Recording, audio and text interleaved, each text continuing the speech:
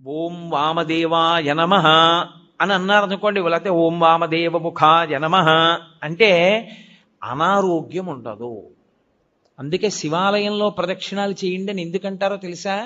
మెల్లగా ప్రదక్షిణం చేసి ఉత్తరానికి వెళ్ళి నమస్కారం చేస్తే సమస్త అనారోగ్యములకు హేతు ఎక్కడుంటుందంటే ఈశ్వరుడు నీటి ద్వారా అనారోగ్యాన్ని ఇస్తాడు. అందుకే బ్రతుకుట అంటే నీటి వలననే, భోగము నశించుట నీటి వలననే, అనారోగ్యము నీటి వలననే. సంజీవనం సమస్తస్య జగత సలిలాత్మిక భవ ఇత్యుచ్యతే మూర్తిర్భవస్య పరమాత్మనః అంటుంది లింగ పురాణం. నీటి మీద ఆయన అధిష్టానం. మీకు అందుకే ఏదైనా ఊరు వెళ్ళారనుకోండి, నాకు అక్కడ కూర పడలేదండి అండవు, నాకు ఆ నీళ్లు పడలేదండి అంటాడు. అనారోగ్యమునకు కారణము నీరే, మనిషి పడిపోవడానికి కారణము నీరే. నీరు అంత శక్తివంతం. నీటి మీద అధిష్టానమై ఆయన ఉత్తరాన్ని చూస్తూ ఉంటాడు. ఆ ముఖానికి ప్రతిరోజు మీరు గోడవంక చూసి ఓం వామదేవ ముఖాయ నమః అన్నారనుకోండి, ఆయన మీకు ఏకకాలమునందు మూడిటిని కృప చేస్తాడు. ఒకటి, మీకు ఏదుందో దాన్ని ఉంచుతాడు, అది పాడైపోకుండా కాపాడతాడు. రెండవది, మీకు ఉత్తరోత్తరాభివృద్ధిని ఆయనే కల్పిస్తాడు. ఉత్తరోత్తర మీరు సంతోషంగా ఉండడానికి కావలసిన సమస్త అభివృద్ధి ఆ ముఖంలోంచే వస్తుంది. మూడు, వచ్చినటువంటి భోగస్థానములను మీరు అనుభవించడానికి వీలుగా దేహారోగ్యం ఉంచుతాడు. ఈ మూడు ఇంగ్లీష్లో సస్టినెన్స్ అంటారు, స్థితి ఉంచుట. ఈ పదంలోకి వెళ్ళేటటువంటి సమస్తమైనవి కూడా వామదేవ ముఖంలోకే వెళ్ళిపోతాయి. వామదేవ ముఖంతో ఉన్న మూర్తిని పూర్తిగా చూడాలంటే మీరు పశుపతినాథ్ దేవాలయం ఎదురుగుండా ఉన్న గోడ పైన ఉన్నటువంటి శిఖరం దగ్గర చూడాలి. శివమహాపురాణంలో ఎలా చెప్పారో అలాగే కల్పవృక్షం కింద కూర్చుని ఎడమ తొడ మీద పార్వతీదేవిని పెట్టుకుని ఎంత సంతోషంగానో, ఎంత నవ్వుతూ ఉంటాడో. పరమశివుడు అంత ప్రసన్నుడై అంత నవ్వుతూ మీకు కనపడ్డం. వామదేవ ముఖంతో ఉండేటటువంటి పరమేశ్వరుడు అంత ప్రహృష్టవదనంతో ఉంటాడు. వెళ్ళి ఓం వామదేవ ముఖాయ నమః అంటూ ఉంటే చాలు, ఆయన ఎంతో ప్రీతి చెందుతాడు. తూర్పు ముఖాన్ని అలా ఉంచండి. 5వ ముఖం పైకి ఉందే, దాన్ని ప్రదక్షిణం పూర్తి చేసేటప్పుడు చూడాలి. మీ ప్రదక్షిణం పూర్తయిపోయాక శివాలయంలో లింగాన్ని చూసి బయటికి వచ్చేయకూడదు. ఒకసారి మీరు అక్కడే నిలబడి పైకి చూడాలి. ఇలాగా చూసి ఓం ఈశానముఖాయ నమః అనాలి. దానికి పేరు ఈశానము అని పేరు, 5వ తలకాయకి. అది ఆకాశానికి అంతటికి అధిష్టానమై ఉంటుంది. అదే మోక్షకారకం. ఇప్పుడు మీరు కొంచెం జాగ్రత్తగా గమనిస్తే నేను ఇందులో 5 ముఖముల చేత 5 కార్యములను ప్రతిపాదన చేశాను. సృష్టి, స్థితి, లయ, తిరోధాన, అనుగ్రహములు అని. సృష్టి కొత్తగా ఏర్పడుతూ ఉండడం, స్థితి ఉండడం, లయ పడిపోవడం, మళ్ళీ బ్రహ్మాండంలో కలిసిపోతూ ఉండడం. తిరోధానము అన్న మాటకు అర్థం ఏమిటో ఇప్పుడు నేను చెప్తాను చూడండి. తిరస్కరణీ విద్య అని ఒక విద్య, తిరస్కరణీ విద్య ఉందండి ఆయన దగ్గర, చాలా జాగ్రత్తగా ఉండండి అంటారు. తిరస్కరణీ విద్య అంటే ఏమిటో తెలుసా? ఆయన తనకి ఉన్నటువంటి ఉపాసన బలం చేత, తనకి వశమైనటువంటి దేవతల కృప చేత అక్కడ ఉన్న వస్తువు మీకు కనపడకుండా చేస్తాడు. దాన్ని తిరస్కరణీ విద్య అంటారు. అప్పుడు ఏమవుతుందంటే ఆయన ఏ దేవతని పిలిచాడో ఆ దేవత మీకు కనపడకుండా చేస్తుంది ఆ వస్తువుని. చిన్న చిన్న దేవతల్ని పట్టుకుంటారు, పట్టుకుని ఉపాసన చేస్తారు. చేస్తే తిరస్కరణీ విద్య స్వాధీనం అయిపోతుంది. తిరస్కరణి ఎంత గొప్పదో అలాగే అవతల వారిని వశీకరణం చేస్తారు. వాళ్ళు ఎప్పుడూ ఇంకా వాళ్ళకే వశవర్తులైపోతారు. అలా వశీకరణ విద్య, ఇవన్నీ విద్యలు ఉంటాయి. ఇందులో తిరస్కరణీ విద్య అక్కడ ఉన్నది కనపడదు, కనపడకుండా చేస్తాడు. అక్కడది ఉన్నది కనపడకుండా చెయ్యడం తిరస్కరణీ విద్య అయితే, తిరస్కరణి ఎక్కడి నుంచి వచ్చిందో తెలుసా? తిరోధానము. తిరోధానము అంటే ఉన్నది కనపడకుండా లేనిది ఉన్నట్టు కనపడుతుంది. చూసారా, మాంత్రికుడు మాయ చేశాడండి అంటారు, అదే తిరస్కరణీ విద్య. తిరోధానము అంటే ఏది ఉన్నదో అది కనపడకుండా, ఏది లేదో అది ఉన్నట్టు కనపడుతుంది. సత్యము అసత్యముగా, అసత్యము సత్యముగా కనపడేటట్టు చేయగలిగిన ముఖమునకు తత్పురుష ముఖం అని పేరు. అది తిరస్కరణి. ఏది దాస్తోంది? అది అదే మాయా. శంకర భగవత్పాదుల యొక్క ప్రతిపాదన అక్కడుంది. అందుకని పీఠాధిపతులందరూ చంద్రమౌళీశ్వరారాధన చేస్తారు. వాళ్ళందరూ చంద్రమౌళీశ్వరారాధన ఎందుకు చేస్తారంటే వాళ్ళెవ్వరూ మాయకి కట్టబడకుండా జ్ఞానమునందు నిలబడడానికి శంకరాచార్యుల వారు పెట్టిన పద్ధతి. ఇప్పుడు తిరస్కరిణి ఉన్నది ఆత్మ ఒక్కటే, పరమేశ్వరుడు ఒక్కడే ఉన్నాడు. ఒక్కడే అయిన పరమేశ్వరుడు కనపడకుండా విశ్వము కనపడుతూ ఉంటుంది. అబ్బో ఎంతమంది ఉన్నారో, ఎన్ని మొక్కలు ఉన్నాయో, ఎన్ని పువ్వులు ఉన్నాయో అంటాడు తప్ప ఉన్న విశ్వనాథుడు కనపడడు. విశ్వనాథుడు కనపడకుండా విశ్వం కనపడేటట్టు చేస్తాడు. అలా కనపడినంత కాలం మాయకి వశుడైపోయాడు గుర్తు. మాయకి వశుడైనంత కాలం మళ్ళీ పుడుతూ ఉంటాడు. మళ్ళీ పుట్టినవాడు మళ్ళీ చస్తూ ఉంటాడు. మళ్ళీ చచ్చినవాడు మళ్ళీ పుడుతూ ఉంటాడు. అంటే సృష్టి స్థితి లయ తిరోధాన, సృష్టి స్థితి లయ తిరోధాన వీటిలో తిరుగుతాడు. ఐదవది అనుగ్రహం, మోక్షమూర్తి. అది దక్షిణామూర్తి దగ్గర ప్రారంభం అవుతుంది.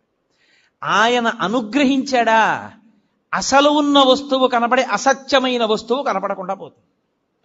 అసత్యమైన వస్తువు కనపడకుండా పోవడం అంటే మీకు యథార్థము ఎరుకలోకి వస్తుంది. ఎవరే ఇది నేను కాదురా, ఇది నేను తొడుక్కున్నటువంటిది ఈ శరీరం.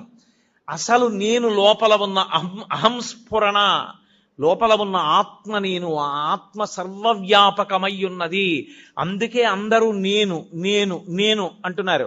మా ఎక్కడి నుంచి వచ్చింది? అందులో ఉన్న నేను ఒకటే, ఇందులో ఉన్న నేను ఒకటే. నాకు ఆకలేస్తోంది నేను అన్నప్పుడు నేను బాధపడుతున్నాను అంటే నిజానికి అందులో ఉన్న నేను బాధ ఏదో, ఇందులో ఉన్న నేను బాధ అదే. కానీ ఇందులో నేను అనేటప్పటికి అందులో నేను నేననదు, నువ్వు అంటుంది. ఇక్కడ నేనే అక్కడ నేనై ఉన్నా ఆ నేను ఈ నేను కలిపి ఒకటే అని అనుభవంలోకి వచ్చిందనుకోండి, తిరోధానం పోయిందని గుర్తు. నేను నువ్వు అందనుకోండి, తిరోధానమునందు ఉన్నాడని గుర్తు. అంటే ఈశ్వరుడు మాయ కమ్మిస్తున్నాడని గుర్తు. అంటే మళ్ళీ పుడతాడని గుర్తు. ఈశ్వరుడిది తీసేసి జ్ఞానం ఇచ్చేశాడు, అద్వైత భావన ఎందు నిలబడిపోతాడు. రెండవ వస్తువు లేదు, ఉన్నదొక్క పరమేశ్వరుడే. ఎరుకలోకి వచ్చేస్తుంది. ఆ ఎరుకలోకి వచ్చిందా మోక్షము. ఐదవ ముఖం మోక్షాన్ని ఇస్తుంది, ఊర్ధ్వముఖం. అందుకే శివలింగానికి మాత్రమే పృష్ఠభాగంలో కూర్చుని పూజ చెయ్యకూడదన్న నియమం లేదు. ఇప్పుడు మీరు రామాలయంలోకి వెళ్ళారనుకోండి, రామాలయంలో ఎదురుగుండా కూర్చుని పూజ చేస్తారు, అంటే పక్కకు కూర్చుని పూజ చేస్తారు. అంతేగాని రామాలయంలో వెనకాతల కూర్చుని పూజ చేస్తానంటే అది శాస్త్రీయం కాదు, అలా చేయకూడదు. శివలింగానికి ముందు కూర్చోవచ్చు, పక్కన కూర్చోవచ్చు, వెనక్కి కూర్చోవచ్చు, పైన పొయ్యొచ్చు. ఎందుకని? అన్ని ముఖాలే, ఐదు వైపులా ముఖాలే. ఏ ముఖం నుంచి నీళ్లు జారినా మీకో ఫలితం ఉంటుంది. ఎటు నుంచి నీళ్లు జారనివ్వండి, అది మీకు వెంటనే ఒక ఫలితాన్ని ఇచ్చేస్తుంది. అందుకే పైన పోస్తారు, అన్ని ముఖాల నుంచి జారుతాయి. ఇప్పుడు శివాభిషేక తీర్థాన్ని తొక్కకూడదు. అది కాని తొక్కాడా ఉత్తర క్షణం పూర్వజన్మలలో చేసుకున్నటువంటి పుణ్యము నశించిపోతుంది. మరి ఎలా, ఎవరు చేస్తారు అభిషేకం? అందుకే ఒక్కరికి మాత్రమే అధికారం ఇచ్చి ఆయన్ని శివస్వరూపంగా గుర్తిస్తారు. గుర్తించి ఆయనకి దీక్ష ఇచ్చి ఎవరు ఆ ప్రత్యేకమైన దీక్ష యందు ఉంటాడో వాడికొక్కడికే అభిషేకం చేసేటటువంటి అధికారం ఉంటుంది.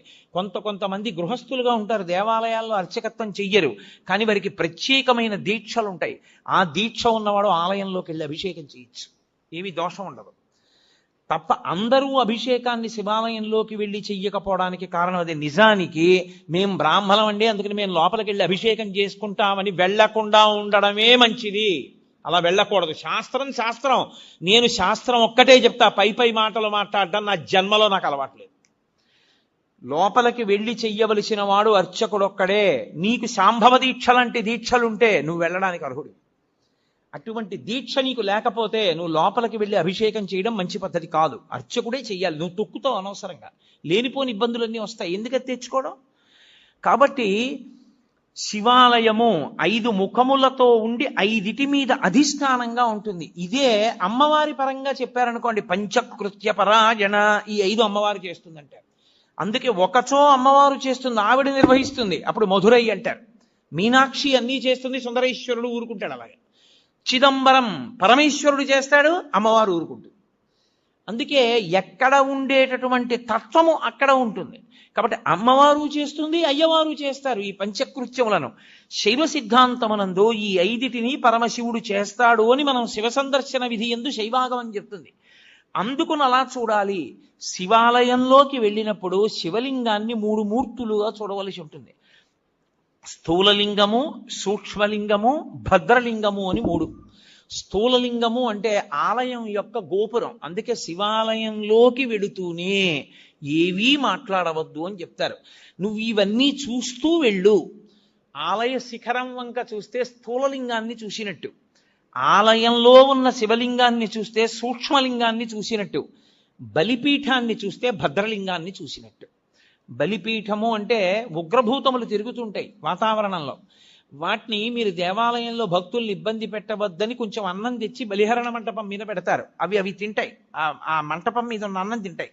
అవి భక్తుల జోలికి రావు. ఆ బలిపీఠాన్ని చూస్తే భద్రలింగ దర్శనం చేసినట్టు. మీరు ఎప్పుడైనా గమనించారో లేదో, ఒక్క శివలింగానికే ఒక ప్రత్యేకమైన గుర్తు ఒకటి ఉంటుంది. మీరు ఎప్పుడైనా చూడండి, అన్ని శివలింగాల మీద ఉండదు అలాగా. మీరు కొన్ని శివాలయాల్లోకి వెళ్ళినప్పుడు శివలింగం దగ్గరికి వెళితే దాని మీద కొన్ని గీతలు ఉంటాయి ఇలాగా. అది ఏమిటో తెలుసా గీత? అలా గీత ఎందుకు ఉంటుందో తెలుసా ఎవరికైనా? అలా గీత ఉంటే దాన్ని బ్రహ్మసూత్రము అని పిలుస్తారు. అలా గీత ఉంది అంటే నీ అదృష్టం పండి నువ్వు అక్కడికి వెళ్ళావని గుర్తు. 1000 మాటలు ఓ శివాలయంలోకి వెడితే నీకు ఎంత ఫలితమో, అలా గీతలు ఉన్నటువంటి శివలింగం ఉన్న గుళ్ళోకి వెడితే అంత ఫలితం. విశేషమైన ఆరాధనీయము అని గుర్తు. అలాంటి శివలింగం ఉన్న గుడిలోకి వెడితే తప్పకుండా మీరు మీ ద్రవ్యాన్నో, మీ బలాన్నో, మీ సంపత్తినో, మీ పాటనో, మీ పద్యాన్నో, మీ కష్టాన్నో అక్కడ వినియోగించాలి. శివలింగం మీద గీతలు కనపడ్డాయనుకోండి, బ్రహ్మసూత్రం ఉందనుకోండి, బయటికి వచ్చి కాళహస్తీశ్వర శతకంలో 2 పద్యాలు చదవాలి. బయటికి వచ్చి మీకు వచ్చిన శ్లోకాలు 2 చెప్పాలి. పాటలు వచ్చిన వాళ్ళైతే 2 పాటలు పాడాలి. బలం ఉన్న వాడివైతే పల్లకి పట్టుకోవాలి, లేదా గుడి కొంచెం సేపు తుడిచి వెళ్ళిపోవాలి. నీ దగ్గర డబ్బున్న వాడివైతే వెంటనే ఆ శివాలయంలో నువ్వు 100 రూపాయలు ఖర్చు పెట్టేవాడివి, బ్రహ్మసూత్రం ఉన్న శివలింగం ఉంటే 1000 రూపాయలు ఖర్చు పెట్టాలి. ఎందుకంటే నీ జన్మ పడ్డి అక్కడికి వచ్చావని గుర్తు. అది 1,000,000 రెట్ల ఫలితాన్ని ఇచ్చేస్తుంది. ఒక రుద్రాభిషేకం ఒక చోట చేస్తే ఏ ఫలితమో, బ్రహ్మసూత్రం ఉన్న శివలింగానికి చేస్తే 1,000,000 రెట్లు విశేష ఆరాధనా ఫలితముని ఇచ్చేస్తుంది ఆ శివలింగం. అలా ఇవ్వగలిగిన శివలింగం అని గుర్తు చెప్పడానికి వచ్చిన వాళ్ళకి బ్రహ్మసూత్రం ఉంటుంది దాని మీద. అది చెక్కినప్పుడే ఆ బ్రహ్మసూత్రం చెక్కుతారు. బ్రహ్మసూత్రం ఉన్నది మీకు పరాకు చెప్పినట్టు శివలింగం మీద. జాగ్రత్తగా ఉండు సుమా. తేతలి అని ఒక గ్రామం. మహానుభావుడు రాజరాజ నరేంద్రుడు వెళ్ళిపోతుంటే ఒక పాము అడ్డొచ్చింది, వెళ్ళనివ్వాల సైన్యాన్ని. ఏమిటి ఇలా అడ్డొచ్చిందని చెప్పి తెల్లవారుధామున వెళ్ళి చూశాడు. అద్భుతమైనటువంటి శివలింగం, దాని మీద ఉంటుంది బ్రహ్మసూత్రం. నేను ఎన్నో దేవాలయాల్లో చూసా బ్రహ్మసూత్రం ఉన్న శివలింగాల్ని. బ్రహ్మసూత్రం ఉన్నది మీ అదృష్టం పండిపోయిందని గుర్తు. మీరక్కడికి వెళ్ళి అపచారం చేసినా అంతే, 1,000,000 రెట్లే. మీరు అక్కడికి వెళ్ళి ఏమీ చేయలేదు, కూర్చొని శివ శివ శివ శివ అనుకుని వచ్చేశారు. శివ శివ శివ శివ 4 మార్లు మీరంటే 4 కోట్ల మార్లు మీరు శివనామం చెప్పారని వేస్తారు. బ్రహ్మసూత్రం ఉన్న దేవాలయంలో ఏది చేసినా ఇంటూ 1,000,000 అని గుర్తు. నేను మాటకంటున్నాను, దానికి లెక్క లేదు అసలు. విశేష అని శ్రీభాగవం అంత గొప్పది బ్రహ్మసూత్రం ఉన్నది. అందుకే శివాలయంలోనే 2 సూత్రాలు ఉంటాయి, సోమసూత్రము, బ్రహ్మసూత్రము. ఈ 2 ఉంటాయి. శివాలయం ఒక్కదానికే ఒక విశేషం ఉంటుంది. శివాలయంలో పరమేశ్వరుడు చెట్టు రూపంలో ఉంటాడు ఒక్కొక్క చోట. ఇక్కడ మారేడు చెట్టు కాశీ నుంచి తెచ్చి వేశారు అంటారు. అది ఎవరు వేశారండి? అది ఒక్కొక్క చోట పరమశివుడు, దేవాలయంలో ఉన్నటువంటి పరమేశ్వరుడు బయటికి వచ్చి చెట్టు రూపంలో నిలబడతాడు, కదులుతూ ఉంటాడు. మీరు పరమశివుడిని ఇలా ముట్టుకోవడం మీకు సాధ్యం కాదు, సంభవం కాదు, ముట్టుకోలేరు. కానీ ఒక్కొక్క చోట స్థల వృక్షము అన్న పేరుతో ఉంటాడు. అక్కడ లోపల ఉన్న శివుడే బయట చెట్టు రూపంలో ఉంటాడు. నేను మీకు ఉదాహరణ చెప్పాలంటే, కాంచీపురం ఏకాంబరేశ్వర దేవస్థానంలో మామిడి చెట్టు రూపంలో ఉంటాడు. లోపల శివలింగం ఎంత గొప్పదో పృథివీలింగం చెట్టు ఎంత గొప్పది. అలాగే వైదీశ్వరం వేప చెట్టు రూపంలో ఉంటాడు. ఎందుకంటే అక్కడ పేరే వైదీశ్వరం. ఆయన రోగ నివారణ చేస్తూ ఉంటాడు. రోగ నివారణ చెయ్యడానికి యోగ్యం వేప చెట్టు. అమ్మవారు అనుగ్రహించింది. 365 రోజులలోనూ అన్నిటిలోకి భయంకరమైనటువంటిది, అత్యంత ప్రమాదకరమైనటువంటి యమదంస్ట్రలు అంటారు. యముని యొక్క 2 కోరలుగా వర్ణింపబడినవి 2 ఋతువులు. ఒకటి శరదృతువు, రెండు వసంత ఋతువు. ఈ రెండు ఋతువులు అత్యంత ప్రమాదకారులు. చాలా మంది ఈ ఋతువుల్లోనే పడిపోతారు కనుక అమ్మవారు ఏం చేసిందంటే, కొత్త సంవత్సరం చైత్రం ప్రారంభమై వసంత ఋతువు రాగానే పసిబిడ్డల దగ్గర నుంచి వృద్ధుల వరకు కాపాడడానికి అమ్మవారే అనుగ్రహ రూపంలో వేప చెట్టుకి పువ్వుగా వస్తుంది. అందుకే వేప పువ్వుని తెచ్చి ప్రసాదంలో వేసుకు తింటారు కొత్త సంవత్సరం రాగానే. కారణం అది. ఆవిడ రోగనిరోధక శక్తినిచ్చి మృత్యుదంష్ట నుండి పైకెత్తుతుంది. శారదా నవరాత్రులు చేసిన, వసంత నవరాత్రులకి ముందు చైత్ర శుక్ల పాడ్యమి నాడు ఈ ప్రసాదం తీసుకున్నా పరదేవతానుగ్రహం కలగడానికి కారణం ఏదో ఛాందసత్వంతో ఉతినే వేప వచ్చిందని పెట్టడం కాదు. అమ్మవారు ప్రతిజ్ఞ చేసింది, నేను అలా వస్తాను, నన్ను మీరు ప్రసాదంగా స్వీకరించండి అని చెప్పింది. కాబట్టి ఒక్క శివాలయానికే బ్రహ్మసూత్రము, సోమసూత్రము, స్థలవృక్షము. మీకు కంచిలో లోపల ఉన్న పృథివీలింగం ఎటువంటిదో బయట ఉన్న మామిడి చెట్టంత గొప్పది. మీకు అలాగే వైదీశ్వరంలో ఆయన రోగ నివారక స్వరూపంతో ఉంటాడు. అది అంగారక క్షేత్రం. అక్కడ విశేషమైన శక్తి కుజుడికి. అక్కడికి వెళ్ళి పూజ చేస్తే కుజగ్రహం అనుగ్రహిస్తుంది. జాతకంలో ఉండకూడని చోట కానీ కుజగ్రహం ఉన్నదా, చాలా ఇబ్బంది పెట్టేస్తుంది. దాని దోషాన్ని నివారించేది ఏది అంటే ఒక్క వైదీశ్వరం. వైదీశ్వరం కుజుడు పరమశివుని యొక్క కుమారుడు. అందుకే అక్కడ వైదీశ్వరంలో మహానుభావుడు రోగ నివారణ చేసేవాడుగాను ఉంటాడు, వైద్యుడిగా. ప్రథమో దైవ్యోభిషక్ అని రుద్రాధ్యాయంలో ఆయనకి పేరు. ఆయనే ప్రథమ వైద్యుడు. ఆయన రోగములను నివారించడానికి దేవాలయం బయట వేప చెట్టు రూపంలో ఉంటాడు. అలాగే జంబుకేశ్వరం జలలింగం, జంబుకేశ్వరంలో నేరేడు చెట్టు రూపంలో ఉంటాడు, స్థలవృక్షం. దేవాలయం వెనకాతలే ఉంటుంది నేరేడు చెట్టు. అలాగే మధ్యార్జునం అని ఒక క్షేత్రం, మహాలింగము అంటారు దాన్ని. చంద్రశేఖరేంద్ర సరస్వతి మహాస్వామి వారికి కామకోటి పీఠాధిపత్యం వహించిన మహాపురుషులు, వారే కదలాడిన శివస్వరూపం. వారికి మధ్యార్జున క్షేత్రం అంటే ప్రాణం. ఏ అభిషేకం జరిగినా, ఏ పూజ జరిగినా వారికి ప్రసాదం పట్టుకొచ్చేవారు అర్చకులు.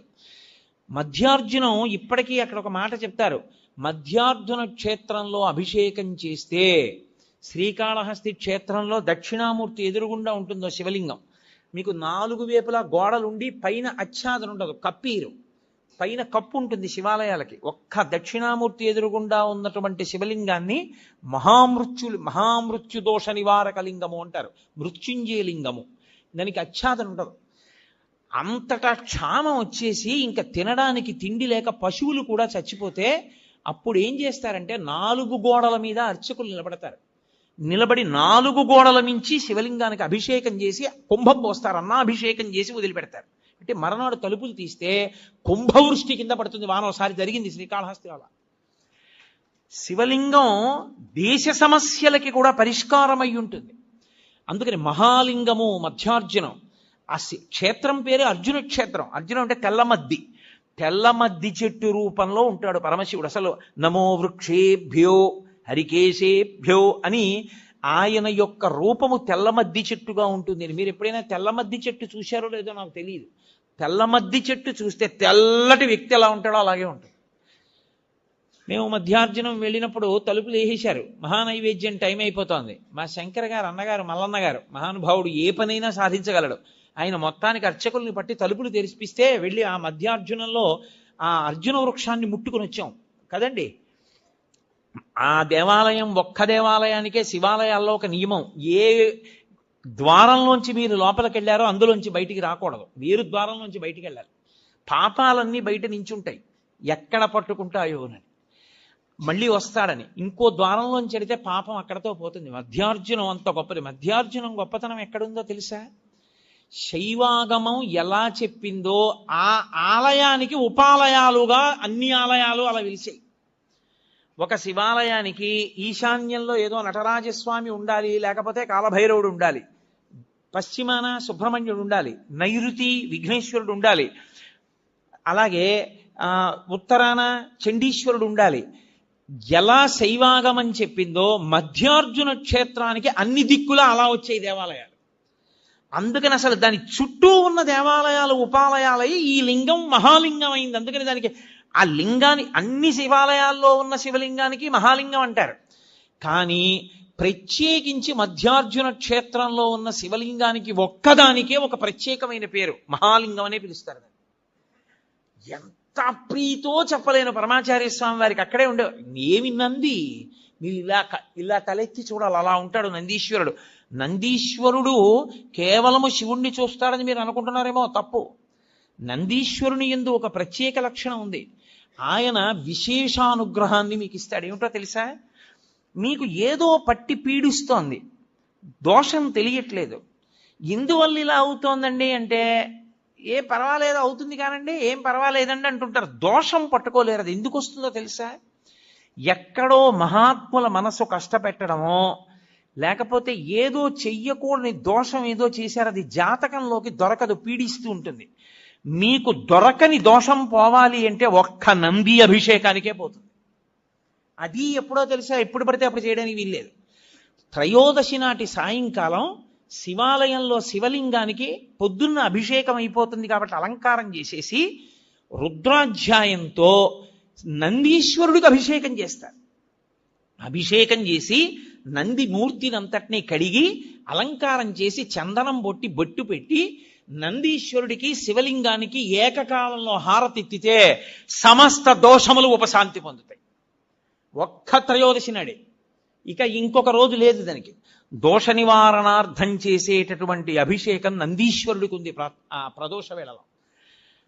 జాతకంలో వచ్చేటటువంటి అంత గొప్ప గొప్ప దోషాల్ని కూడా నివృత్తి చెయ్యగలిగిన శక్తి ఎక్కడ పటమరిస్తుందంటే శివాలయంలో పటమరిస్తుంది. అందుకే త్రయోదశి అభిషేకము అంటారు. దానికి నంది దగ్గర బయలుదేరి ప్రదక్షిణం చేసి నంది దగ్గరికి రావాలి. దానికి ఒక ప్రత్యేకమైన ప్రదక్షిణ విధానం ఉంటుంది. ఆ ప్రత్యేక ప్రదక్షిణ విధానంలో ప్రదక్షిణం చేసి మళ్ళీ నంది దగ్గరికి వస్తారు. దాన్ని నంది నమస్కారము అని పిలుస్తారు. దాని చేత శివానుగ్రహం పరిపూర్ణంగా కలుగుతుంది. తీర్థం తల మీద చల్లితే చాలు. ఎప్పుడైనా జరిగిందా ఇక్కడ నందికి అభిషేకం? త్రయోదశి నాడు దోష నివారణార్థ శివాభిషేకము అని చేస్తారు. హరిప్రసాద్ గారి చెవిలో పడింది కాబట్టి అయిపోయినట్టే. అలాగే శివాలయంలో ప్రతిరోజు అభిషేకం చేస్తారు. కానీ అసలు యథార్థమునకు పరమేశ్వరుడికి అత్యంత శక్తివంతమైన అభిషేకం జరిగేది ఎప్పుడో తెలుసా? మనం మహాశివరాత్రి మాస శివరాత్రి చేస్తాం, మంచిదే. కానీ అసలు నిజానికి పరమేశ్వరాభిషేకమునకు ఒక భక్తుడు వచ్చి సంవత్సరంలో తరించిపోయే అభిషేకం ఎప్పుడు అంటే మార్గశీర్ష మాసంలో వచ్చే ఆర్ద్రా నక్షత్రంలో తెల్లవారుజామున చెయ్యాలి. చిదంబరంలో నటరాజస్వామికి చిదంబరంలో మోక్షలింగము అని శంకరాచార్యులు వారు పరమశివుడి దగ్గర నుంచి 5 లింగాలు తీసుకొచ్చారు. ఆ 5 లింగాల్లో ఒక లింగమే ఇప్పటికీ శృంగేరిలో ఉంది. శృంగేరిలో ఉండి భోగలింగం అన్న పేరుతో అభిషేకం చేయబడుతోంది. కంచిలో ఉన్నది యోగలింగం, చిదంబరంలో ఉన్నది మోక్షలింగం. చిదంబరంలో ఉన్న మోక్షలింగానికి ఆర్ద్రాభిషేకము అని ప్రత్యేకం చేస్తారు.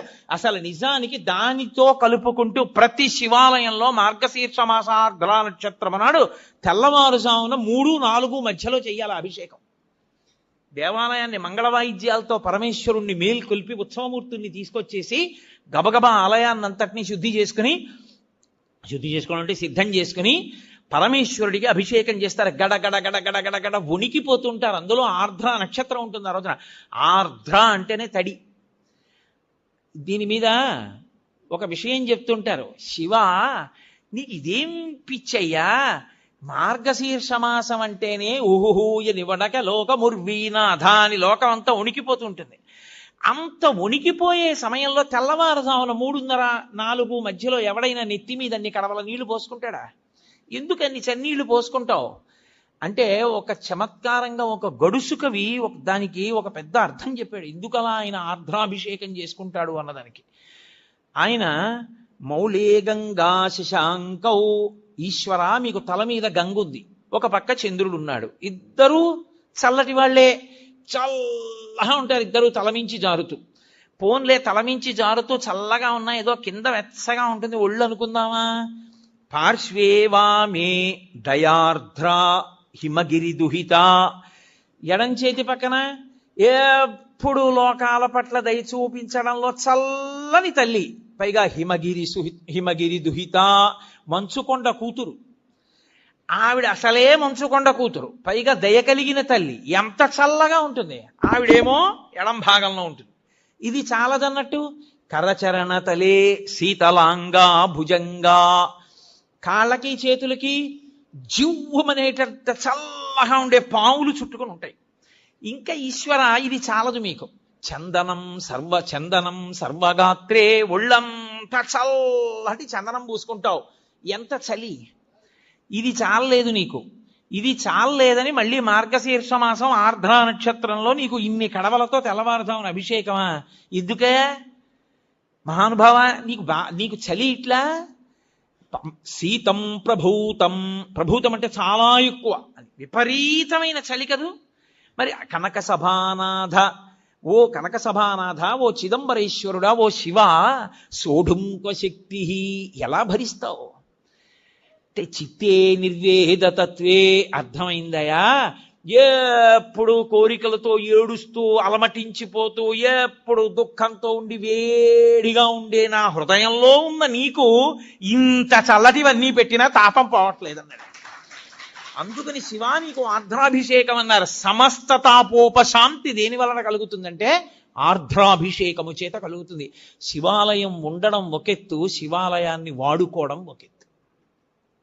శివాలయం ఉండడంతో సరిపోదు, మీకు శివాలయాన్ని వాడుకోవడం రావాలి. అలా వాడుకోవడం వస్తే అదృష్టవంతులు. శివాలయంలోకి వెడుతున్నప్పుడు చెప్పులతో దాటి లోపలికి కాని వెళ్ళాడా? అలా వెళ్ళినటువంటి ఎన్ని మార్లు శివాలయంలోకి చెప్పులతో వెళ్ళాడో లెక్క పెట్టి అన్ని మాటలు వచ్చే జన్మలలో అన్ని జన్మలు 2 కాళ్ళు చచ్చుపడిపోయిన వాడిగా పుట్టేటట్టుగా చేస్తారు. చింద్యం పాపం భవిష్యంతి అంటుంది శివాగమం. శివాలయం లోపలికి ఎట్టి పరిస్థితులలోనూ వెళ్ళకూడదు. శివాలయంలో యథార్థంగా చెప్పాలంటే పైన అంగి, లాల్చీలు, చొక్కాలు ఇవి పనికిరావు. ఉత్తరీయం తీసి నడుము కట్టుకుని వెళ్ళి ప్రదక్షిణం చేసి నమస్కరించారా, మహానుభావుడి యొక్క విశేషానుగ్రహం కలుగుతుంది. అందుకే శివలింగములు అంటే ధ్రువలింగములు, చరలింగములు అని 2 రకాలుగా ఉంటాయి. ధ్రువలింగము అంటే శివాలయంలో ఉండేటటువంటి శివలింగం. చరలింగము అంటే ఓ చోటు నుంచి ఓ చోటికి తీసుకెడతారు. ఇప్పుడు శృంగేరి పీఠాధిపతులు అభిషేకం చేసే లింగాన్ని చరలింగం అంటారు. ఓ చోటు నుంచి ఓ చోటుకి పట్టుకెడుతూ ఉంటారు, చరలింగం. ఇందులో క్షణలింగములు అని కొన్ని ఉంటాయి. క్షణలింగము అంటే చందనం అటువంటి వాటితో తయారు చేస్తారు, కొద్దిసేపే ఉంచి అభిషేకం చేసి తీసేస్తారు. అన్నంతో లింగం చేస్తారు. అన్నంతో శివలింగం చేసి ఉంచే శివలింగం క్షణలింగం, కొద్దిసేపే ఉంటుంది, తర్వాత తీసేస్తారు. అసలు అన్నం దొరకడం అనేటటువంటి దానికి ఇబ్బంది కలిగితే ఉత్తర క్షణంలో దానికి ఉపశాంతి ఎక్కడా అంటే అన్నాభిషేకము చేతనే. మేము గత శారదా నవరాత్రుల్లో మా అయ్యప్ప స్వామి గుళ్ళో చేశాం. శివలింగాన్ని పెట్టి శివలింగం నిండా అన్నం ఉండి అన్నంతో అభిషేకం చేసేస్తారు. చేసేసి ఆ అన్నంతోటే శివలింగాన్ని తయారు చేస్తారు. తయారు చేసి కాయగూరలు ఉప్పు వేయకుండా ఉడికించేస్తారు. పొట్లకాయలు, గుమ్మడికాయలు, బీరకాయలు, వంకాయలు అన్ని ఉడికిస్తారు.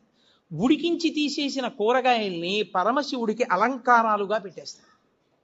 పెట్టేసి ఆ శివలింగానికి పూజ చేసి శివలింగం మీద ఉన్నటువంటిది తీసి ఓ పళ్ళెంలో పెట్టుకుని మేళతాళాలతో వెళ్ళి నీళ్లలో కలిపేస్తారు. సమస్త జలచరములు తింటాయి, సమస్త భూతములు బాగుండాలి.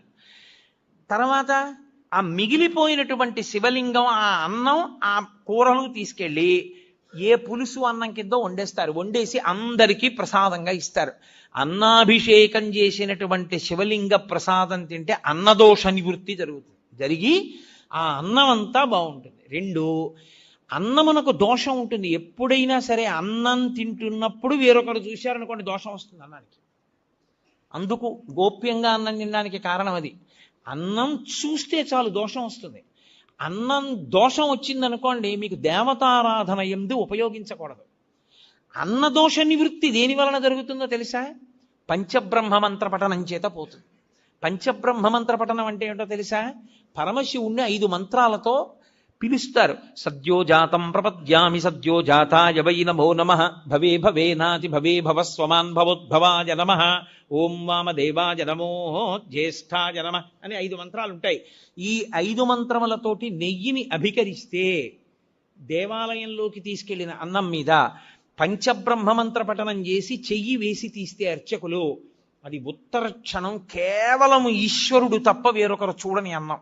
అది దేవతలకి, పితృదేవతలకి, ఈశ్వరుడికి నివేదన చేసేటప్పుడు పంచబ్రహ్మ మంత్ర పఠనం చేతనే శుద్ధి చేస్తారు. శివమంత్రముల చేతనే అన్నశుద్ధి జరుగుతుంది.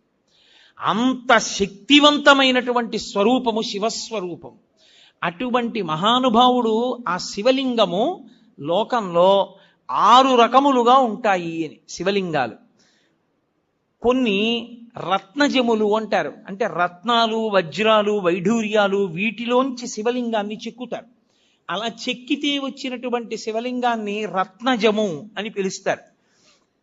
రెండవ శివలింగం లోహజము అంటారు. బంగారంతో చేయబడిన శివలింగం, వెండితో చేయబడింది, రాగితో చేయబడింది, పాదరసంతో చేయబడింది. పాదరసంతో తయారైనటువంటి శివలింగాన్ని చూస్తే చాలు సమస్త దోషములు పోతాయి. అసలు పాదరసంతో చేయబడిన శివలింగాన్ని అందరూ పట్టుకోలేరు కూడా, కనీసం పూజ కూడా చేయలేరు, అంత శక్తివంతం.